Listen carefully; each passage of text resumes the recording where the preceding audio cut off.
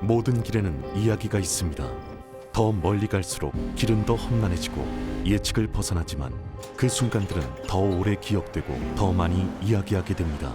그 이야기들을 발견하기 위해선 최적의 머신이 필요합니다. 강력함과 견고함을 갖춘 탁월한 머신 올류 소렌토를 소개합니다. 이것은 단순한 또 하나의 SUV가 아니라 세계 최초의 스토리텔링 머신입니다.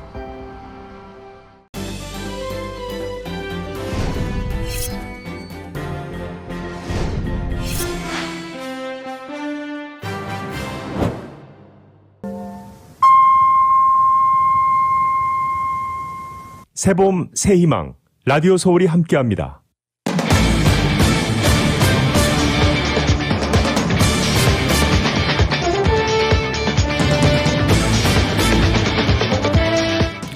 가준의 비즈니스 업체들이 급여 보호 프로그램 PPP론의 탕감액분에 대해 주정부 세금을 면제받게 됐습니다.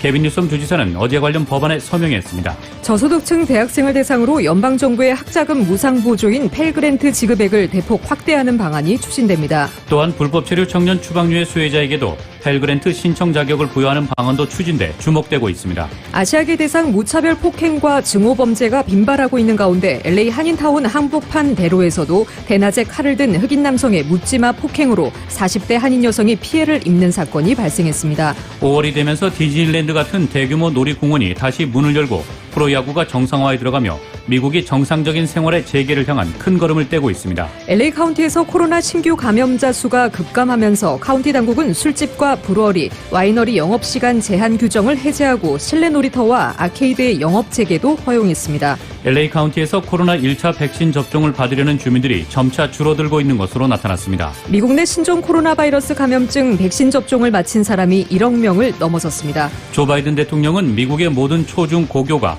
올해 가을에는 주 5일 대면 수업을 해야 한다는 입장을 밝혔습니다. 백악관이 5월 4일부터 신종 코로나 바이러스 감염증 환자가 급증하는 인도에서 오는 여행객의 입국을 제한한다고 밝혔습니다. 조 바이든 행정부가 한반도의 완전한 비핵화라는 목표는 그대로지만 일괄 타결이나 전략적 인내 대신 실용적인 접근을 할 것이라며 대북 정책 검토가 완료됐다고 밝혔습니다. 남부 3개의 대도시에 야구공 크기의 우박이 하룻밤 사이에 쏟아져 내리면서 경제적 피해 규모가 1등급 허리케인에 맞먹을 것이라는 예측이 나왔습니다. 무역대표부는 오늘 지식재산권 보호 현황에 대한 연례 보고서를 내고 중국을 우선 감시 대상국에 유지했습니다. 연방정부가 맨솔 담배와 향이 나는 시가 등에 대한 판매 금지 방침을 밝혔습니다. 뉴욕 증시는 기업 실적 호조에도 전 세계의 코로나19 재확산 우려와 고점 부담 등의 하락 마감했습니다.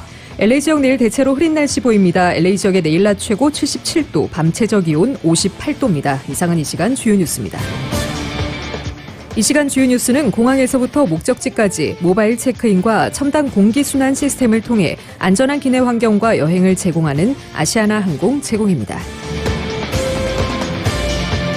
애청자 여러분 안녕하십니까? 조희정입니다. 안녕하십니까? 이균우입니다. 2021년 4월 30일 금요일 라디오 서울 이브닝 뉴스 1부입니다.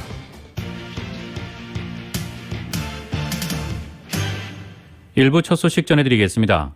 캘리포니아주의 비즈니스 업체들이 급여 보호 프로그램 PPP론의 탕감액분에 대해 주정부 세금을 면제받게 됐습니다. 케빈 뉴섬 주지사는 어제 관련 법안에 서명했습니다. 정현호 기자입니다. 케빈 뉴섬 주지사가 29일 급여 보호 프로그램 PPP론을 받은 가주의 스몰 비즈니스 업주들에게 주정부 세금을 면제해주는 법안에 서명했습니다. 주지사가 서명한 ABAD는 급여 보호 프로그램 PPP론을 받은 사업주들이 PPP론 대출 금액에서 탕감받은 액수에 대해 주정부가 세금을 면제해주는 내용을 담고 있습니다. ABAD를 통한 감세분은 62억 달러에 달할 것으로 추산됩니다. PPP론을 받은 업주들이 대출 금액을 종업원 임금이나 렌트비, 유틸리티 비용으로 지출한 경우 대출금을 상환하지 않아도 되는데 탕감 기준이 완화되면서 대부분의 스몰 비즈니스 업주들이 PPP론을 탕감받았습니다. ABAD는 PPP론뿐만 아니라 긴급 재난융자 EIDL 어드밴스 그랜트에도 적용됩니다. 상장 기업은 ABAD 수혜 대상에서 제외됩니다. ABAD는 주의회를 만장일치로 통과했으며 뉴섬 주지사는 29일 샌프란도 밸리의 스몰 비즈니스 업주들과 만난 자리에서 관련 법안에 서명했습니다. 라디오 서울 뉴스 정현호입니다. 저소득층 대학생 대상 연방정부의 학자금 무상 보조인 펠그랜트 지급액을 대폭 확대하는 방안이 추진됩니다. 또 불법 체류 청년 추방유예 수혜자에게도 펠그랜트 신청 자격을 부여하는 방안도 역시 추진돼 주목됩니다. 28일 조 바이든 대통령이 발표한 1조 8천억 달러 규모의 미국 패밀리 플랜에는 프리스쿨 및 커뮤니티 칼리지 2년 무상교육 계획에 더해 펠그랜트 확대가 주요 내용으로 포함됐습니다. 펠그랜트는 저소득층 가정의 대학생에게 연방정부가 제공하는 무상 학비 보조금으로 2021-2022학년도 기준소득에 따라 최대 6,495달러까지 제공됩니다. 바이든 대통령은 미국 패밀리 플랜을 통해 펠그랜트 수혜자당 최대 지급액을 1,400달러 더 늘릴 것을 제안했습니다. 예산은 850억 달러가 필요할 것으로 추산됩니다. 이 방안이 현실화될 경우 펠그랜트 수혜자별 지원금은 약 20% 더 늘어나게 됩니다. 바이든 대통령은 궁극적으로 펠그랜트 수혜액을 2배로 늘리는 것이 목표인데 이번 증액 추진은 그 첫 단계를 밟겠다는 것입니다. 바이든 행정부는 펠그랜트 지급액 확대에 대해 저소득층이 비싼 대학 학비를 부담하는 데 크게 도움이 되고 궁극적으로 부채를 줄이는 효과를 가져올 것이라고 보고 있습니다. 아울러 다카 수혜자에게도 펠그랜트 신청 자격 부여가 추진됩니다.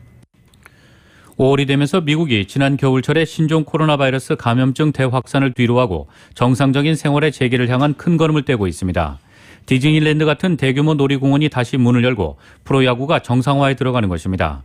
캘리포니아주 애너하임의 디즈니랜드는 주요 놀이공원인 디즈니랜드 파크와 디즈니 캘리포니아 어드벤처의 문을 열었습니다. 작년 3월 14일 코로나19 사태로 문을 닫은 지 1년 1개월여 만입니다. 다만 입장객 수는 정원의 25% 안팎으로 제한됩니다. 한편 여행업계는 여름 휴가철 대목을 앞두고 몸을 풀고 있습니다. 델타 항공은 이번 주부터 여객기 내 좌석의 가운데 자리에도 손님을 받기로 했습니다. 스포츠 분야에서는 MLB의 애틀랜타 브레이브스, 미국 프로축구 MLS의 애틀랜타 유나이티드가 각각의 리그에서 처음으로 5월부터 관람객을 100% 받아 경기를 치르기로 했습니다. 다만 관중들은 마스크를 착용해야만 합니다. 지난해 코로나19 때문에 9월로 일정을 옮겼던 유명한 경마대회 켄터키 더비도 올해는 관례대로 5월 1일에 2주간의 일정을 시작합니다. 마스크 착용 의무가 부과되지만 관중도 수천 명이나 받을 예정입니다. 한편 루이지애나주의 관광도시 뉴올리언스도 규제 완화를 발표했습니다. 이 미국의 코로나19 확산세는 완만하지만 하향 곡선을 그리고 있습니다. 3월 하순부터 하루 신규 감염자가 7만에서 8만 명 선으로 올라가며 재확산 조짐을 보여 보건당국자들을 긴장하게 했지만 4월 중순 이후로는 다시 줄어드는 추세입니다. 이번 주에는 5만 명 선을 유지하고 있습니다. CNN에 따르면 존스홉킨스 대학의 데이터를 분석한 결과 최근 7일간의 하루 평균 사망자 수가 올해 들어 가장 낮은 수준으로 내려오며 희망을 주고 있다고 전했습니다. 4월의 하루 평균 코로나19 사망자 수는 684명으로 1월에 3,431명에서 5분의 1 수준으로 내려왔습니다. LA 카운티에서 코로나 신규 감염자와 사망자 수가 급감하면서 카운티 당국은 술집과 브루어리, 와이너리의 영업시간 제한 규정을 해제하고 실내 놀이터와 아케이드의 영업 재개도 허용했습니다. LA 카운티는 오늘 21건의 코로나 신규 사망자와 405명의 신규 감염자가 발생했다고 보고 있습니다. 카운티는 코로나 상황이 한층 개선되면서 카운티 내 실내 놀이터와 실내 게임장을 수용 인원을 25%로 제한한 상태에서 영업 재개를 허용하고 술집과 브루어리 그리고 와이너리의 영업시간 제한 규정도 해제했습니다. 현재 술집은 야외 영업만 허용되고 있으며 영업시간이 오전 11시 30분에서 밤 10시로 제한돼 있는데 오늘 영업시간 제한 규정을 해제한 것입니다. LA 카운티에서 코로나 1차 백신 접종을 받으려는 주민들이 줄어들고 있습니다. LA 카운티는 이번 주 처음으로 백신 접종이 백신 공급량의 95%를 채우지 못했다고 밝혔습니다. 코로나 1차 백신 접종 예약은 예전의 절반 수준으로 줄었습니다. 전문가들은 이 같은 현상은 백신 접종을 받기까지 번거로운 절차 때문일 수도 있고 백신 접종을 아직 주저하는 주민들이 있기 때문일 수도 있다고 분석했습니다. 백신 예약이 줄어들면서 LA 카운티에서는 다음 한 주 동안 사전 예약 없이 워크인으로 접종하는 사이트들을 늘리고 있습니다. 곳곳에서 한인 등 아시아계 대상 무차별 폭행과 증오범죄가 빈발하고 있는 가운데 LA 한인타운 한복판 대로에서도 대낮에 칼을 든 흑인 남성의 묻지마 폭행으로 40대 한인 여성이 피해를 입는 사건이 발생했습니다. LA 경찰국과 목격자들에 따르면 28일 오후 12시 30분쯤 한인타운 내 윌셔 블루버드와 옥스포드 애비뉴 교차로에서 노숙자로 보이는 60대 흑인 남성이 길을 걸어가고 있던 한인 여성 유모 씨의 머리를 뒤에서 느닷없이 세게 내리친 후 도주했습니다. 이를 목격한 주변 행인들이 이 남성을 뒤쫓아가자 남성은 손에 들고 있던 칼을 내보낸 후 그대로 도주했다고 목격자들은 전했습니다. 이 남성이 도주하는 과정에서 버린 것으로 보이는 칼은 인근 빌딩 경비원들에 의해 발견됐습니다. 유 씨는 갑작스럽게 벌어진 폭행으로 인해 도로변에 주저앉았고 목격자들이 911에 신고해 응급처치를 받은 뒤 인근 병원으로 이송됐습니다. 목격자들에 따르면 이날 폭행을 저지른 용의자는 6피트의 건장한 체격으로 짙은 색 상하의를 입고 있던 것으로 전해졌습니다. 사건 당시 윌셔 블루버드에는 점심시간이라 한인들을 비롯해 많은 도보 행인들이 있었고 주변 목격자들이 일제히 나서서 피해를 당한 한인 여성을 도와주고 지나가는 경찰 순찰차를 불러세워 사건 상황과 용의자 인상 차기 등을 상세히 신고하는 등의 시민의식을 보였습니다. CBB뱅크가 올 1분기에 순이익과 예금, 대출 모두 껑충 뛰면서 기록적인 실적을 보였습니다. 오늘 공개된 CBB뱅크의 올 1분기 실적에서 순이익 530만 달러, 주당 순이익 52센트로 전분기보다 순이익이 43.6%가 뛰었고 1년 전보다 무려 230%가 뛰었습니다. 대출은 11억 9천만 달러로 전분기보다 7.9%가 늘었고 1년 전보다 23.7%가 뛰었습니다. 예금은 11억 9천만 달러로 전분기보다 8.4%가 늘었고 1년 전보다 25.4%가 늘었습니다. 자산은 14억 3,600만 달러입니다. 조앤김 CBB 행장은 지난해 코로나 팬데믹으로 따른 어려움에서 회복되면서 CBB은행이 견실한 대출과 예금고 성장 등 좋은 실적으로 한 해를 스타트하게 돼 기쁘다며 올 하반기에는 호놀룰루, 오하나, 퍼시픽뱅크의 인수 절차가 마무리될 것으로 기대한다고 밝혔습니다.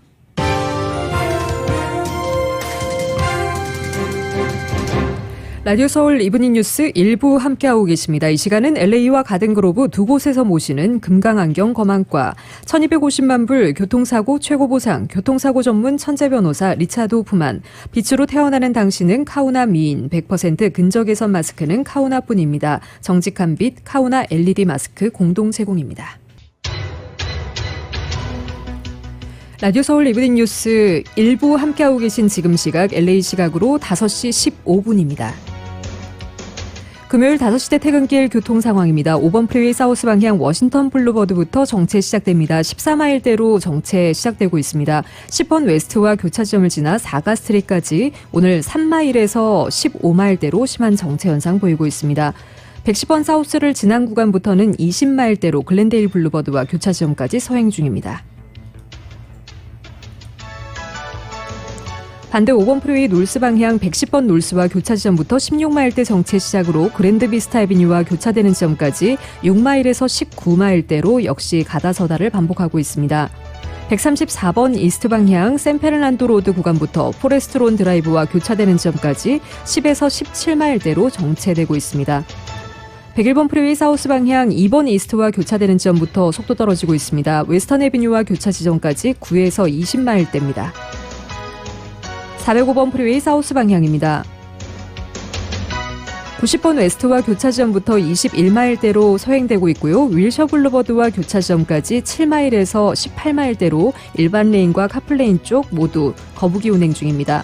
710번 사우스 방향 애틀란틱 블루버드부터 속도 떨어지기 시작해 60번 웨스트와 교차 지점까지 5에서 21마일대로 가다서다를 반복하고 있습니다. 210번 이스트 방향입니다. 샌게브리엘 블루버드 구간부터 긴 구간 정체 이루어지고 있습니다. 아주사 애비뉴와 교차되는 지점까지 11마일에서 21마일대로 가다서다를 반복하고 있습니다.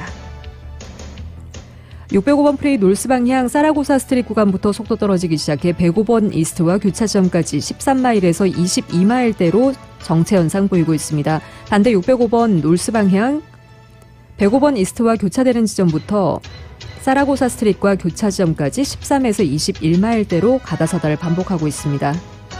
반대 605번 사우스 방향 베벌리 블루버드와 교차 지점부터 텔레그랩 로드와 교차 지점까지 17에서 22마일대로 가다서다를 반복하고 있습니다. 이건 지나시는 분들 참고하시기 바랍니다.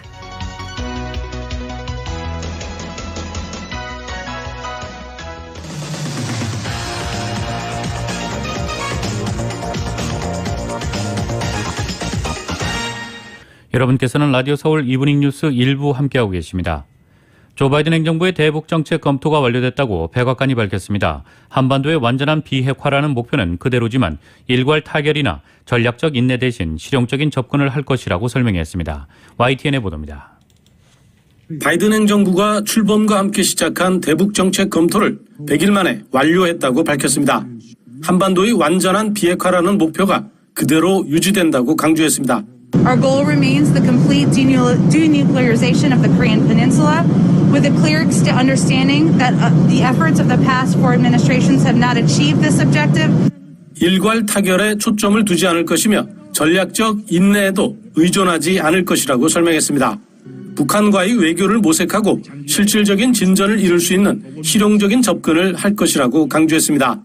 Our policy calls for a calibrated, practical approach that is open to and will explore diplomacy with the DPRK and to make practical progress that increases the security of the United States, our allies, and deployed forces. 또 한국과 일본 등 동맹과 계속 협의해 왔으며 앞으로도 그렇게 할 것이라고 덧붙였습니다. 바이든 정부의 대북 정책 검토는 과거 행정부의 대북 접근이 성과를 거두지 못한 채 북한의 핵 개발만 진전시켰다는 문제인식에서 시작됐습니다. 이에 따라 이전 정부의 정책과 접근법 등 다양한 관여와 압박 방안을 살펴봤습니다. 특히 전략적 인내를 내세웠던 버락 오바마 정부까지 검토가 이뤄졌습니다.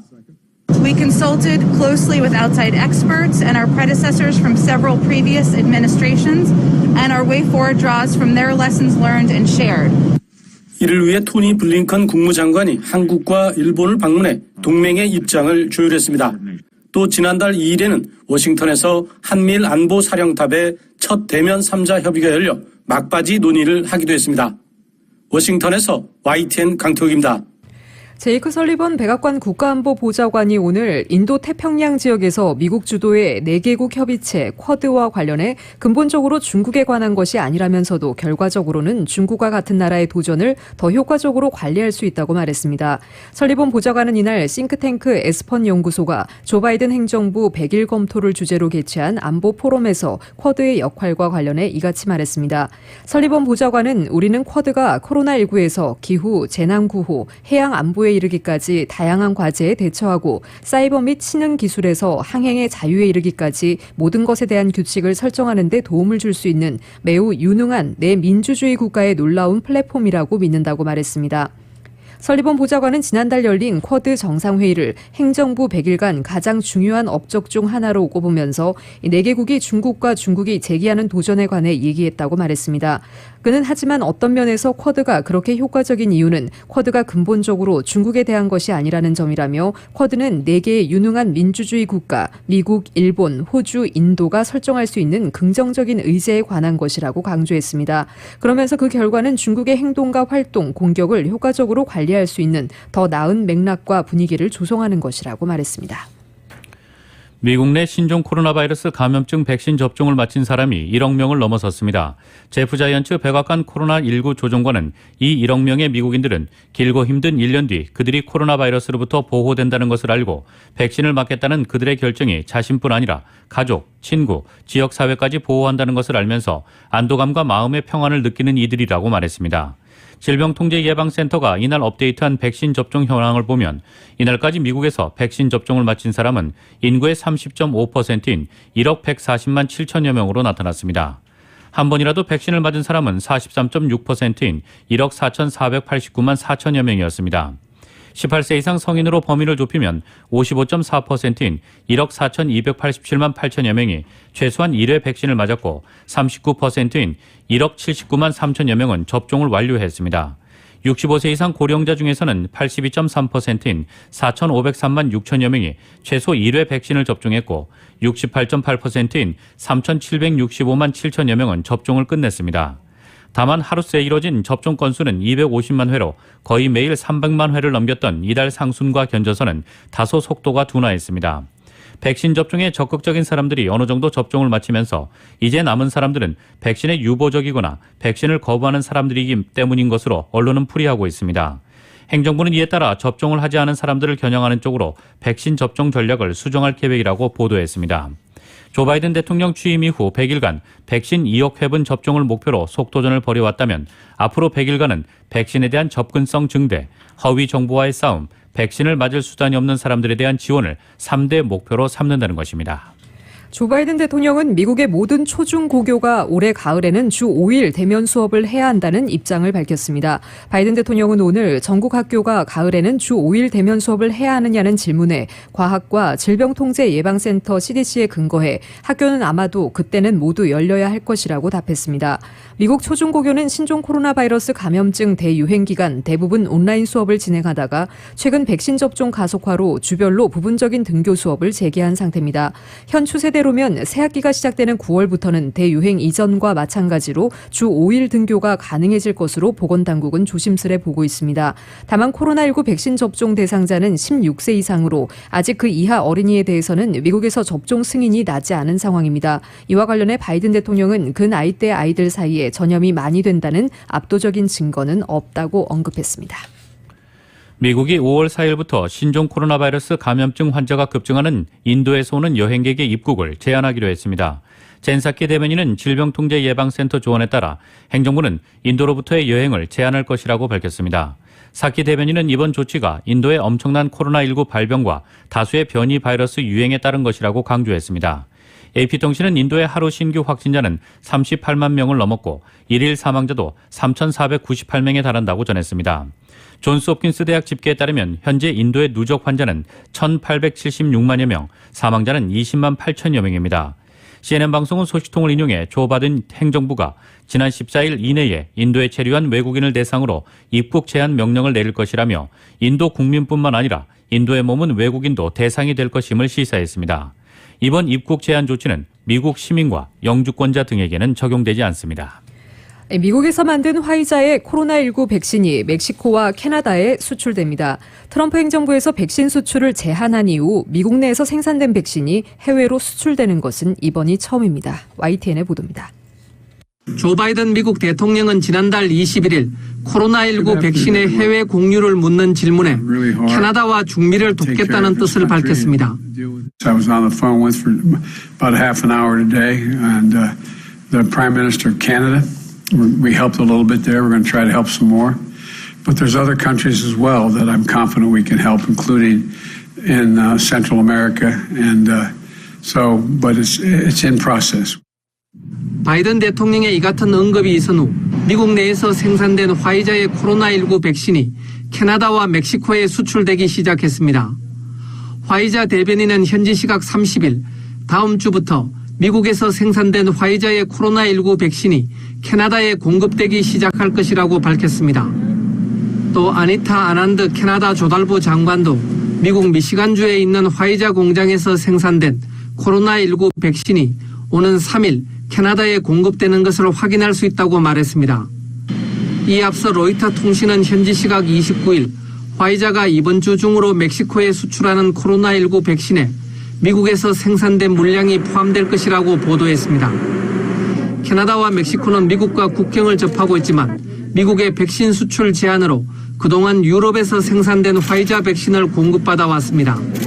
미국에서 생산된 화이자 백신의 멕시코와 캐나다 수출은 미국의 백신 수출 금지 기간이 만료된 이후 첫 수출입니다.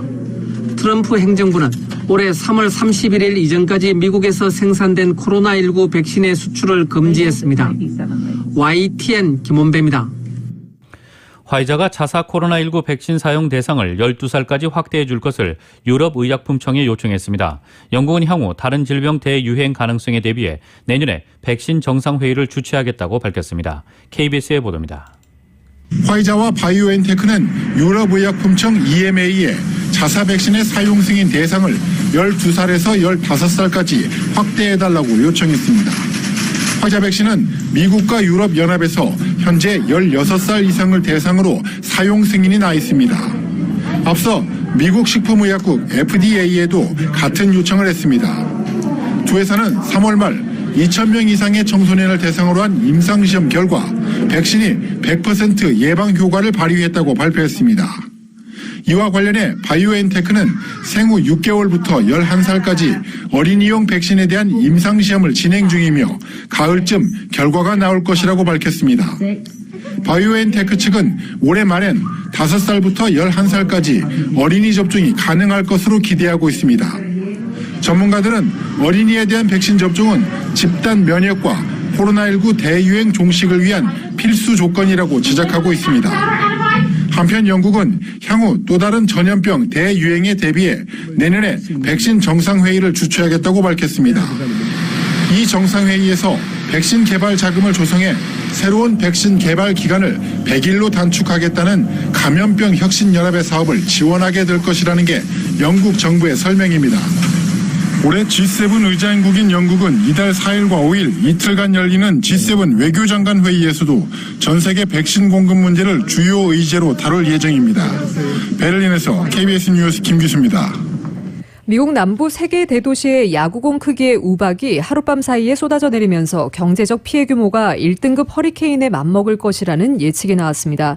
지난 28일 밤 우박을 동반한 폭풍이 텍사스주 포트워스와 샌안토니오, 오클라호마주 오클라호마시티를 덮치면서 큰 재산 피해가 발생했습니다. 워싱턴 포스트는 하룻밤 사이에 대도시 3곳을 강타한 우박은 거의 들어본 적이 없다며 야구공, 소프트볼 크기의 우박이 이들 지역을 폭격했다고 전했습니다. 또 보험 전문가를 인용해 재산 피해가 10억 달러를 확실히 넘을 것이라고 보도했습니다. 아큐웨더는 자체 분석을 통해 피해액을 35억 달러로 추정하고 있습니다. 아큐웨더에 따르면 지난해 카리브해 지역을 강타한 1등급 허리케인 이사이아스의 피해 추정치는 30억에서 50억 달러입니다. 미국 기상청은 텍사스와 오클라호마주 전역에 걸쳐 직경 2인치 이상의 우박과 야구공 크기의 우박도 내렸다는 신고가 접수됐다고 밝혔습니다. 연방정부가 맨솔 담배와 향이나는 시가 등에 대한 판매 금지 방침을 밝혔습니다. 다만 담배 회사들의 소송 가능성을 포함해 규제를 둘러싼 찬반 양론이 가열될 전망이어서 사회적 의견 수렴 등 절차를 거쳐 실제 규제가 이루어지려면 최대 수년이 소요될 것으로 보입니다. 식품의약국은 흑인과 10대 사이에서 인기를 끌고 있는 맨솔 담배를 비롯한 저가 가양 시가류에 대한 판매 금지안을 내년까지 확정하겠다고 발표했습니다. 이번 발표는 2003년 13년 제기된 맨솔 담배 금지 시민청원에 대한 답변 시한에 맞춰 마련됐습니다. 앞서 미국의 19개 단체는 지난해 FDA가 해당 청원에 답변해야 한다는 소송을 제기했고 법원은 시한을 이날로 정했습니다. FDA는 과거 오바마, 트럼프 행정부 시절에도 맨솔 담배에 대한 규제를 몇 차례 시도했지만 담배 회사를 비롯해 의회의 조직적 반대에 부딪혀 번번이 좌절됐습니다. 2009년 담배 규제권을 넘겨받은 후 FDA가 유일하게 규제하지 못하고 있는 가양 담배가 맨솔입니다. 제닛 우드콕 FDA 국장 대행은 이번 조치로 수십만 명의 목숨을 구하고 미래 세대가 담배에 중독되는 것을 막을 것이라고 말했습니다. FDA에 따르면 맨솔 담배를 금지할 경우 최근 40년간 발생한 담배와 연관이 있는 사망 63만 건을 막을 수 있을 것으로 추정됩니다. 이들 가운데 3분의 1 이상이 흑인이었습니다. 미국 내에서는 맨솔 담배 판매를 놓고 이미 대립이 첨예한 상황입니다. 특히 발암물질 등을 이유로 미국 내 전체적인 흡연율이 급감하는 가운데 전체 흡연에서 맨솔 담배가 차지하는 비중이 높고 특히 흑인 흡연자 가운데 85%가 맨솔을 피운다는 점에서 이 문제를 흑인과 소수 인원 문제로 접근하는 시각이 우세합니다. 이 때문에 신종 코로나 바이러스 감염증 사태 이후 질병관리에서 양극화를 해소해야 할 최우선 과제로 꼽히고 있는 바이든 행정부에서 난제인 맨솔 담배 문제에 칼을 빼든 셈입니다. 질병통제예방센터 자료에 따르면 흑인 흡연자들은 백인에 비해 늦은 나이에 담배를 시작하고 상대적으로 흡연량도 적지만 암이나 심장 관련 질환 발생 비율은 훨씬 높다고 BBC 방송이 전하고 있습니다. 시민단체들은 또 담배 회사들이 저소득층 10대 청소년을 대상으로 맨솔 담배 판매를 부추기고 있다고 비판하고 있습니다. 반면 담배 회사들의 저항에 더해 일부 흑인 지도자들도 맨솔 담배 규제에 반대 입장을 밝히고 있습니다.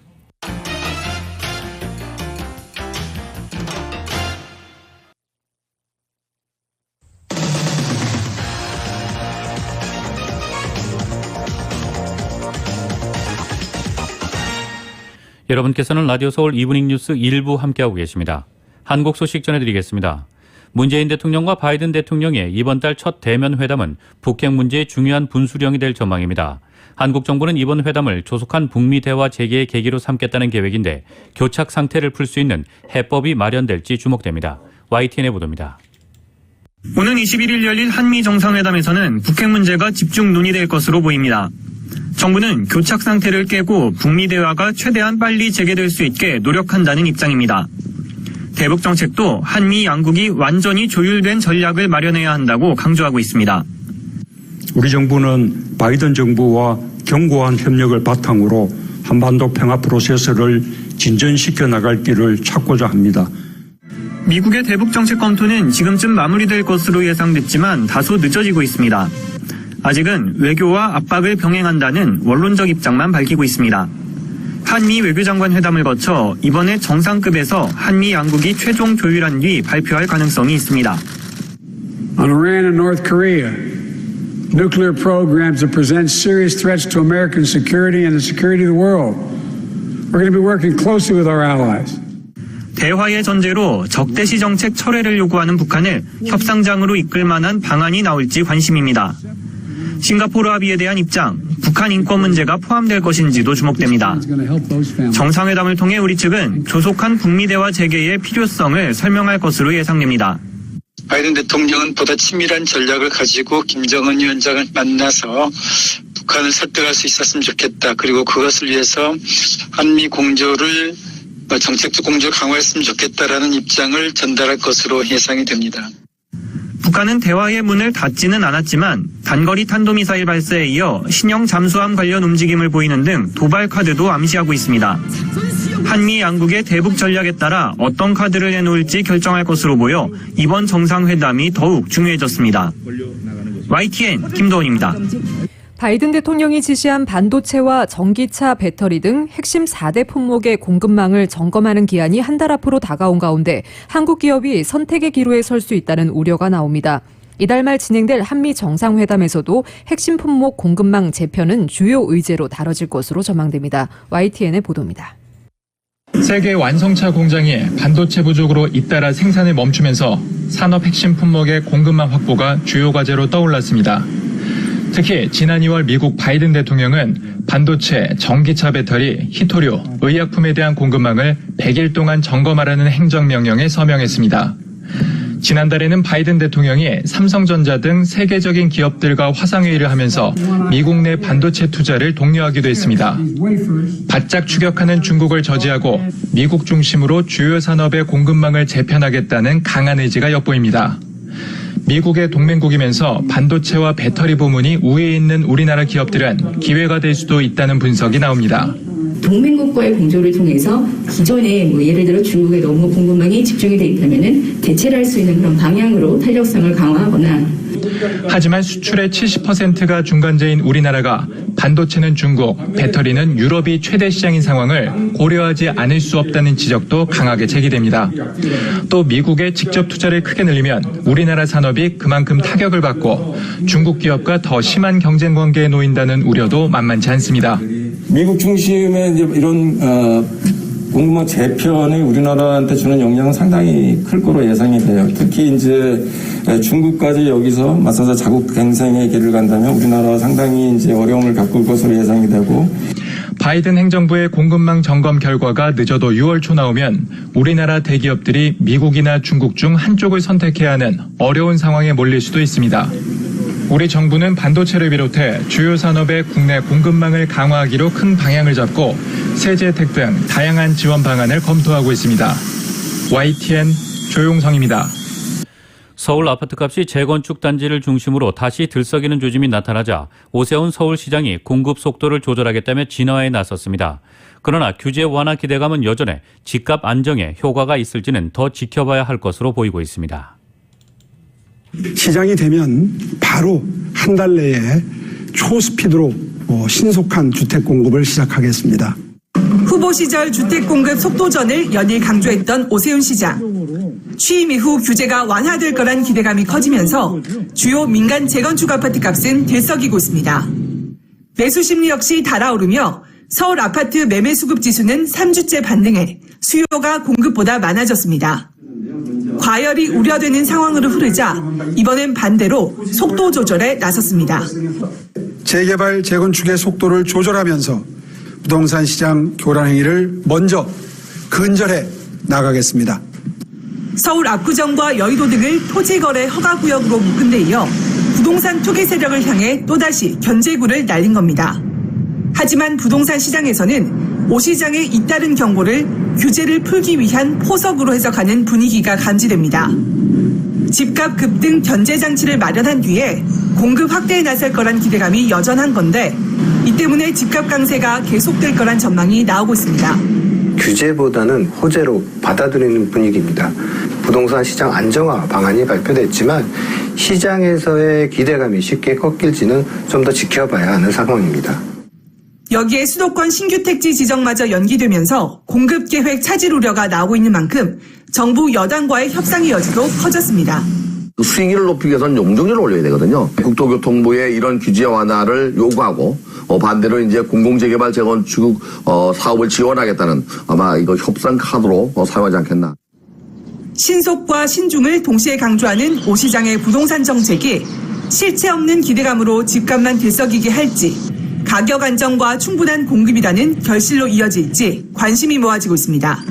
YTN 신윤정입니다. 문재인 정부 초기 주요 부동산 정책 가운데 하나는 바로 임대사업 등록제도입니다. 부동산 시장 안정화를 위한 만능 키가 될 것이라며 강하게 밀어붙였지만 다주택자들 배만 불려주고 있다는 비판이 이어지고 있습니다. 정부, 여당이 뒤늦게 정책 실패를 인정하고 폐지 검토에 나섰습니다.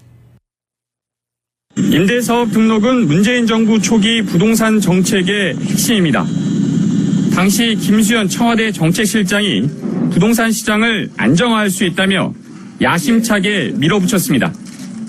다주택자들이 임대사업에 등록하면 세금 감면 혜택은 물론 건강보험료를 최대 80%나 깎아주는 게 주요 내용입니다. 안정적으로 거주할 수 있는 임대주택을 제공하는 집주인에게는 그에 상응하는 혜택을 부여함으로써 그런데 엉뚱하게도 다주택자들의 갭 투자를 가능하게 만드는 결과를 낳았습니다. 임대주택의 안정적 확보라는 정부의 확신과는 달리 오히려 다주택자들에게 혜택을 많이 주면서 집을 팔지 말라는 안정적인 신호를 준 겁니다. 부작용이 드러나는 데는 많은 시간이 걸리지 않았습니다. 임대사업자 등록 제도가 혜택이 너무나 많아요. 세제 혜택 6가지나 되는데 이 임대사업자 등록 제도가 이게 다주택자를 늘리는 그런 지적들이 있어서 저희가 굴산 대책을 하면서 많은 세제 혜택을 많이 줄였고요. 정부 여당이 혜택을 점차 줄이긴 했지만 임대사업 등록제는 여전히 현 정부 부동산 정책 실패의 대표적 사례로 받아들여지고 있습니다. 4월 재보선 참패 이후 부동산 정책 변화에 나선 민주당이 뒤늦게 임대사업 등록 폐지를 검토하고 나섰습니다. 국민의 실망과 분노의 지점이 무엇인지 바로 보고 수정이 필요하다면 수정하고 보완이 필요하다면 보완해 나가겠습니다. 다만 부동산 정책 변화의 우선순위에서 대출 완화나 세제 개편에 비해 뒤로 밀려 있습니다. 정부 정책 신뢰와 관련이 있기 때문입니다. 부동산 정책의 첫 단추를 잘못 끼웠다는 걸 인정하긴 하지만 이를 완전히 뒤집는 건 다른 정책 추진에도 영향을 줄 수밖에 없다는 게 집권 여당의 고민입니다. YTN 이동훈입니다. 삼성그룹 일가가 어제 상속세 납부 기한에 맞춰 이건희 회장이 남겨준 삼성 계열사 지분의 분할을 모두 마쳤습니다. 삼성그룹을 이끌어온 이재용 부회장에게 가족들이 별다른 분쟁 없이 삼성생명의 지분 절반을 몰아줌으로써 핵심인 삼성전자의 지배력이 강화됐습니다. YTN의 보도입니다. 이재용 삼성전자 부회장이 삼성전자 지배의 핵심 연결고리인 삼성생명의 2대 주주로 올라섰습니다. 삼성생명과 삼성전자 등 계열사는 이건희 회장이 보유했던 지분 변동을 일찍 공시했습니다. 이재용 부회장은 그동안 삼성물산의 최대 주주로서 삼성생명을 통해 삼성전자를 지배해왔습니다. 유가족들은 이번에 상속세를 납부하면서 고 이건희 회장에게서 물려받은 삼성 계열사 지분 배분을 모두 마무리했습니다. 삼성생명 상속 주식은 홍나희 여사를 제외하고 이 부회장에게 절반을 차등 배분해 이 부회장이 삼성물산에 이어 2대 주주이면서 개인 최대 주주가 됐습니다. 삼성그룹의 정점에 있는 삼성물산 주식은 홍나희 여사와 세 남매가 법정 상속 비율대로 나눠 가졌습니다. 이로써 이재용 부회장의 삼성물산 지분은 18%대로 많아졌습니다. 가장 규모가 큰 삼성전자 지분은 법정 상속 비율대로 배분됐습니다. 홍나희 여사가 9분의 3을 받아 개인 최대 주주가 됐고 이재용 부회장과 이부진, 서현 자매도 그만큼 지분이 커졌습니다. 이재용 부회장의 지배력 강화 차원에서 삼성전자 지분을 몰아줄 가능성도 관측됐지만 실제로는 법정 비율로 정해졌습니다. 지분율 4%가 넘는 삼성전자 주식 상속세가 9조 원에 달해 이 부회장이 혼자 감당하기 어렵다는 현실적인 문제를 고려한 것으로 보입니다. 이번 상속 주식 배분이 마무리됨으로써 이 부회장의 그룹 경영권은 한층 더 안정을 찾게 됐습니다. YTN 이광규입니다.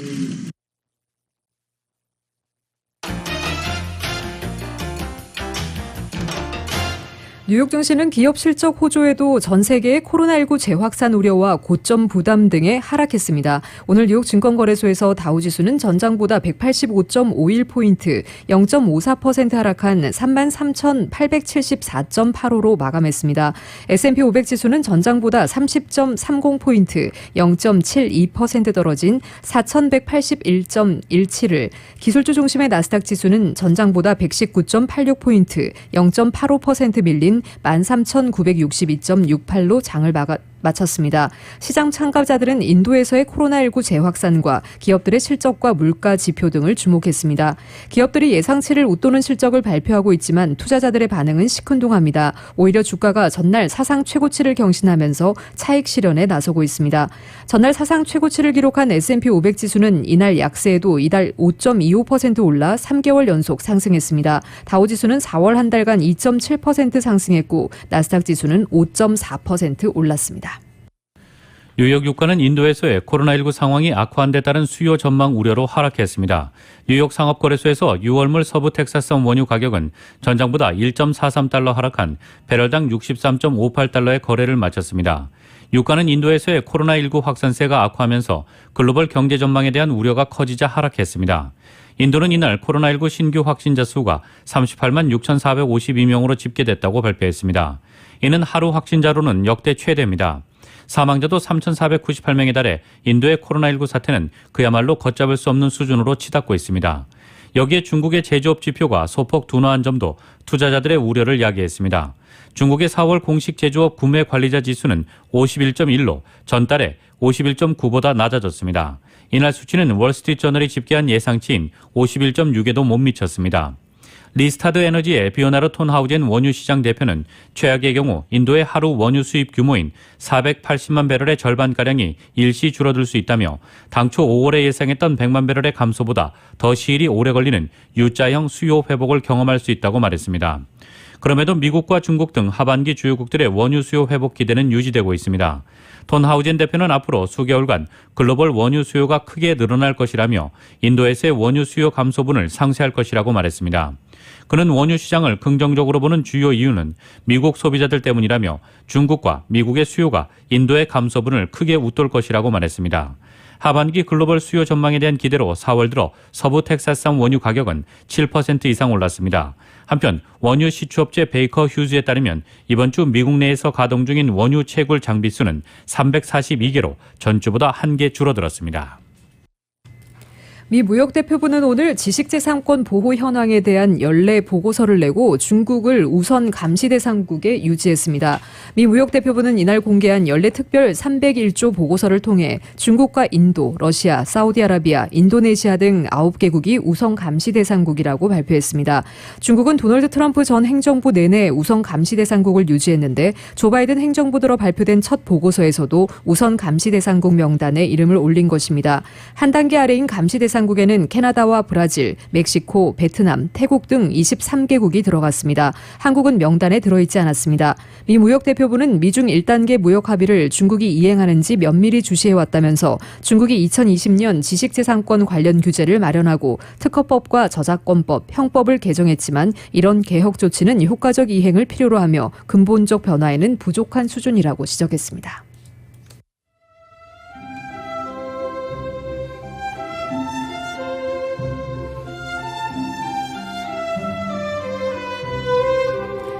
4월 30일 금요일 오늘 밤과 주말 날씨입니다. 토요일인 내일 대체로 흐린 가운데 낮 기온 오늘보다 8도가량 떨어지면서 반짝 더위의 기세는 한풀 꺾이겠습니다. 하지만 여전히 예년 기온을 웃돌겠고 일요일은 오전에 약간 구름 끼다가 차차 맑아지겠습니다. 낮 기온도 전날보다 6, 7도가량 더 떨어지면서 오히려 예년 기온을 살짝 밑돌겠습니다. 하지만 다음 주 월요일에는 다시 평년 기온을 웃돌기 시작하겠고 다음 주 중 내내 예년 기온을 웃도는 따뜻한 날씨가 계속될 것으로 기상청은 전망하고 있습니다. LA 한인타운의 내일 낮 최고 77도입니다. 밤 최저 기온 58도, 오렌지 카운티 지역 76도, 59도, 벨리와 인랜드 엠파이어 지역 78도, 54도, 해안 지역의 내일 낮 최고 68도, 밤 최저 57도입니다. LA 지역 오늘 밤 약간 흐리겠습니다. 오늘 밤 최저 기온 60도입니다. 한국은 오늘 전국이 대체로 흐리다가 내일 낮부터 차차 맑아지겠습니다. 서울의 오늘 낮 최고 기온 화씨 55도, 밤 최저 기온 화씨 46도입니다. 라디오 서울 이브닝 뉴스 1부 이 시간은 LA와 가든그로브 두 곳에서 모시는 금강안경 검안과 1250만 불 교통사고 최고 보상 교통사고 전문 천재 변호사 리차드 호프만, 빛으로 태어나는 당신은 카우나 미인 100% 근적외선 마스크는 카우나뿐입니다. 정직한 빛 카우나 LED 마스크 공동 제공이었습니다. 잠시 후 6시 라디오 서울 이브닝 뉴스 2부가 방송됩니다.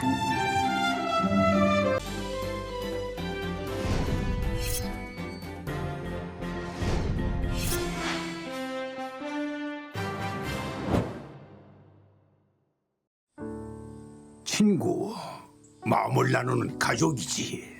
젊을 때나 지금이나 함께 같은 세월을 살아가는 게 참 소중해. 한결같이 옆에서 성실하게 있어줘서 든든해. 한 번 더 걷고 한 번 더 웃어야지 건강하게. 아프지 말고 넘어지지 말고 건강하게 신여 화이팅! 한결같은 성실함으로 건강 버팀목이 되어주는 서울 메디칼 그룹.